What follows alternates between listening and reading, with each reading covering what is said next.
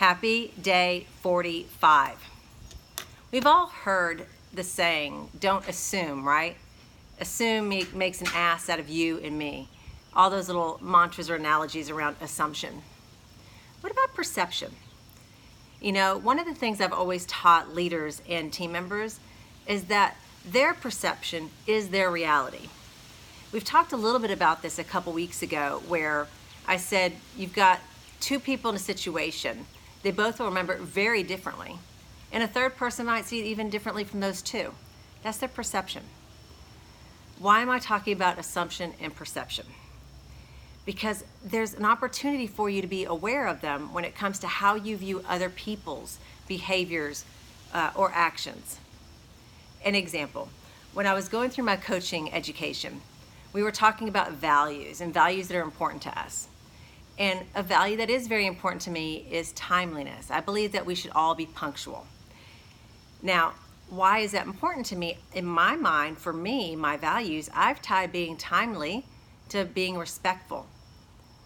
So the opposite of that means that you're not timely, it means you're being disrespectful. So anybody in front of me, I am probably projecting that on them. So if now my teammate Tom comes to work late, I'm thinking he's trying to be disrespectful. When the reality is, he just might not be, that might not be one of his values. Being on time or not being on time might not be tied to respect at all. So rather than assume he's trying to be disrespectful, as a leader, take the opportunity to get curious. Tom, I noticed that you are getting to work late every day. Tell me what that is. Why is that occurring? What does that mean to you? Many times what I found over the years, especially when it came to timeliness and having that conversation, is I say, well, I didn't think it really mattered. I'm getting here within a few minutes. So see, in their mind, it's not tied to respect. Clearly, these are people that respect their workplace and their teammates. So where else does this come into play? Let's talk about perception. If you witness a behavior in another person and you don't know them, you are likely projecting your perception of what that behavior would mean from your past onto that person. So if somebody using certain tone says to you anger, you are going to project on them when you hear that tone that they are angry. What if in reality they're actually not angry, they're scared? You see, as humans, we tie our own sort of unconscious behaviors and actions to feelings that we have, and we execute in the same way over and over.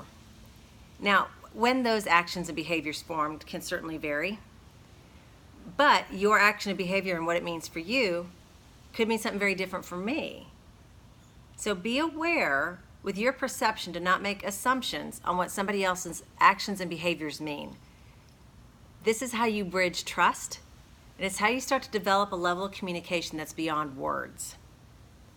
I hope this was helpful. I want to thank Henry for kind of spurring this conversation and challenging me on perception and assumption as well. Guys, make it a great day and hit me up with comments or topics that you want to talk about. But today, don't forget about your perception and not assuming.